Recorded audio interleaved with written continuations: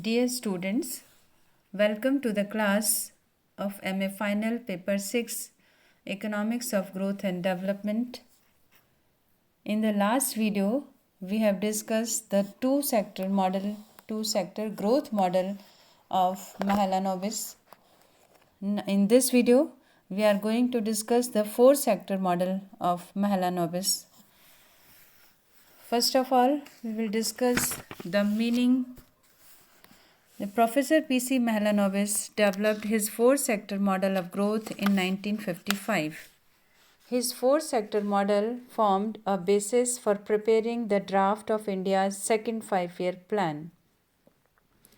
Professor Mahalanobis was aware that maximum funds available for net investment during the India's second five-year plan would be about rupees 5,600 crores, and the aim was to provide additional employment to 10 to 12 million people. To these, he added 5% per annum increase in the national income during the second five-year plan period. He further estimated 1/3 of the total investment in investment goods industries and thereby leaving 2/3 for investment in the remaining three sectors of the economy. He put all this data in a simple equation which has been given in the equation given below and obtained the solution which became the basis of India's second five-year plan. Division of the economy. In this four-sector model of growth, he divided the economy into the following four sectors. The investment goods sector, K, denoted by K. Second, factory produced consumer goods sector, denoted by C1. And third is the small household produced consumer goods sector, including agricultural products by small and domestic industries, denoted by C2. And the last and fourth, services, health, education, etc., producing sector, denoted by C3. The chief objective of this four-sector model was to give a better understanding of the process of the growth of income. By doing so, Professor Mahalanobis introduced a new variable, namely employment, which is implied in the parameters of capital labor ratio for each of the sectors.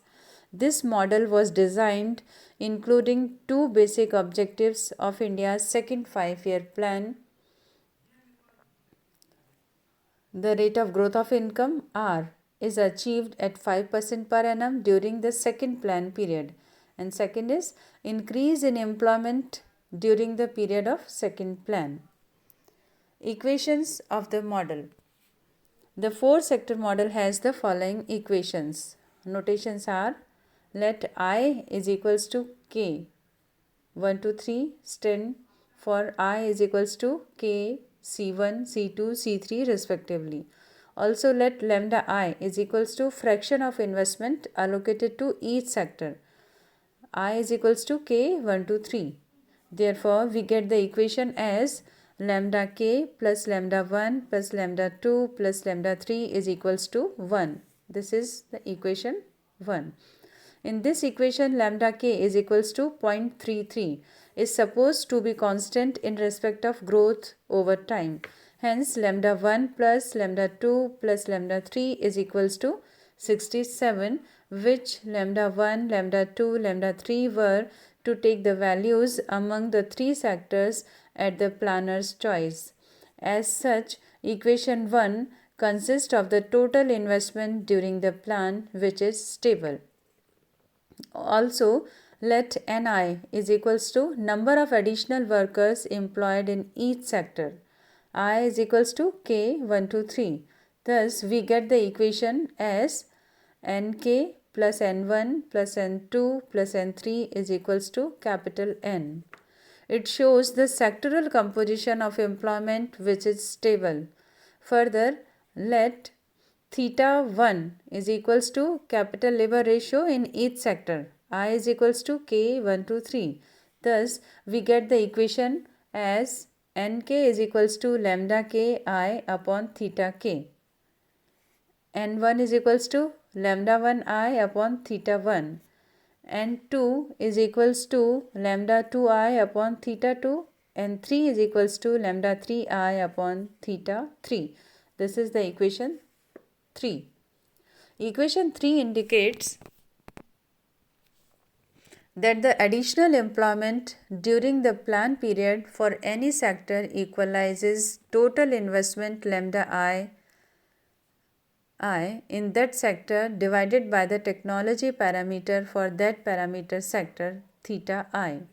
The set of equation 4 can be written as like equation 4, where the beta k, beta 1, beta 2, beta 3 values of all three betas are determined here. Let y1 be the increment in national income for each sector. This set of equations point out that the productivity of net investment in each sector equalizes the increment in national income divided by the amount of investment in that particular sector. It thus shows the growth of national income in reference to the sector-wise increment, which in turn is multiple of respective sectoral productivity coefficients and sectorial amount of investment. This recognizes the significance of betas as determinants of income growth in Professor Mahalanobis model. Finally, we get the equation as yk plus y1 plus y2 plus y3 is equals to y. This is the equation 5. This equation indicates the sectoral composition of net income plan to be generated during the second 5-year plan, which is regarded as constant in the model. The model recognizes simply the rate of growth of income as the basic objective and not the sectoral growth of income. The 4-sector model has two major objectives: the rate of growth of income over a certain definite period of time and the increase in employment over the same period of time. It is clear from the details of this model that the operative variables are the proportions of investments allocated to different sectors of the economy. It makes clear that when we fix a certain set of values for these proportions of investment, the increase in income in different sectors is naturally decided. A critical approach, critical appraisal. Professor Mahalanobis' model of growth is an improvement over Harrod-Dommer models of growth. They simply emphasize the rates of investment, income, and consumption for successive periods which could be consistent with steady growth. They are only the broad dimensions of investment program and presentations of growth perspectives. The real approach to investment planning needed to be considered for the success of a plan has not been clearly discussed in these models, but Professor Mahalanobis has recovered this lacuna in his growth models developed over the period 1952 to 55. With the introduction of sectoral analysis in his model, he has gone a step ahead of Harrod-Dommer's models approach. The Harrod-Dommer-Feldman models are closed ones because they do not assume any scope for international trade to take place. On the other side, Mahalanobis models are essentially constructed in terms of Keynesian net aggregates. To them, the national income grows, for there is a positive and net investment which leads to an increase in the additional flows of income in subsequent periods. The functional relationship between investment and additional flows of income is perceived in terms of investment productivity. Moreover, Mahalanobis model is the first attempt which has been used for the formulation of development plans. It had a practical application in India's second 5-year plan. Despite the above merits of Professor Mahalanobis' growth model, it is subject to criticism from different sectors. The main criticisms or limitations or weaknesses of the model are as follows. First, arbitrary value of lambda k. Mahalanobis assumes the value lambda k is equals to 1 upon 3, but does not give any solid reason for this. To critics, this assumption is somewhat arbitrary and therefore it may not help planners to arrive at the correct solution for the sector-wise optimum allocation of investments in the economy. Second criticism is fails to solve any welfare function by a model. Mahalanobis' model of growth is mainly an operational model only.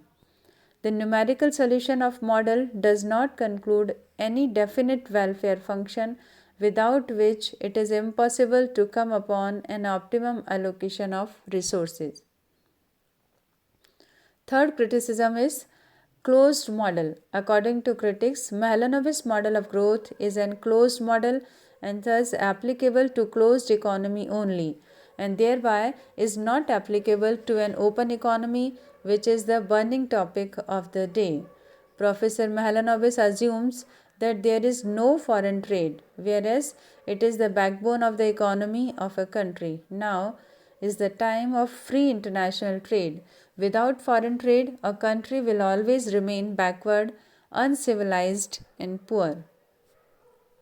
Fourth critic is supply of labor force also not indefinitely elastic. Professor Mahalanobis' model assumes that there is infinitely elastic supply of labor force. This assumption is wrong, particularly in case of skilled and trained labor force. The fact is that there is an acute shortage of skilled and trained labor force in context to undeveloped, backward, or undeveloped countries of the world. Moreover, the productive structure does not need simple labor, but it requires skilled and trained labor which is not easily available. Another critique is supply of agricultural produce not infinitely elastic. Professor Mahalanobis' model is based on the assumption that the supply of agricultural produce is infinitely elastic. This assumption too is untenable as the supply of agriculture produce have failed to meet the increased demand for food and raw materials. Actually speaking, most of the population in undeveloped and even in developing countries do not get both the time food in sufficient quantity regularly. Next critic is silent over pattern of investment in mixed economy. Professor Mahalanobis' model of growth is silent over the pattern of investment in a mixed economy in a country like India. Production technique not constant. Professor Mahalanobis' model of growth assumes that the production technique is constant during a planned period. However, this too is wrong as the technological change is bound to occur during the process of development. And last critique is the failure to explain the problem of choice of techniques. According to Professor K. N. Raj, from the theoretical angle, Mahalanobis' model fails to explain the problem of choice technique satisfactorily. Even in the manufacture of machine tools, there are more or less capital intensive techniques. This was all about the Mahalanobis 4-sector model. Then after discussing a deep study of the Mahalanobis model, here are some questions: long answer essay type questions, short answer type questions, objective questions, and multiple choice questions. Students are advised to solve these questions and have a depth study of the Mahalanobis model.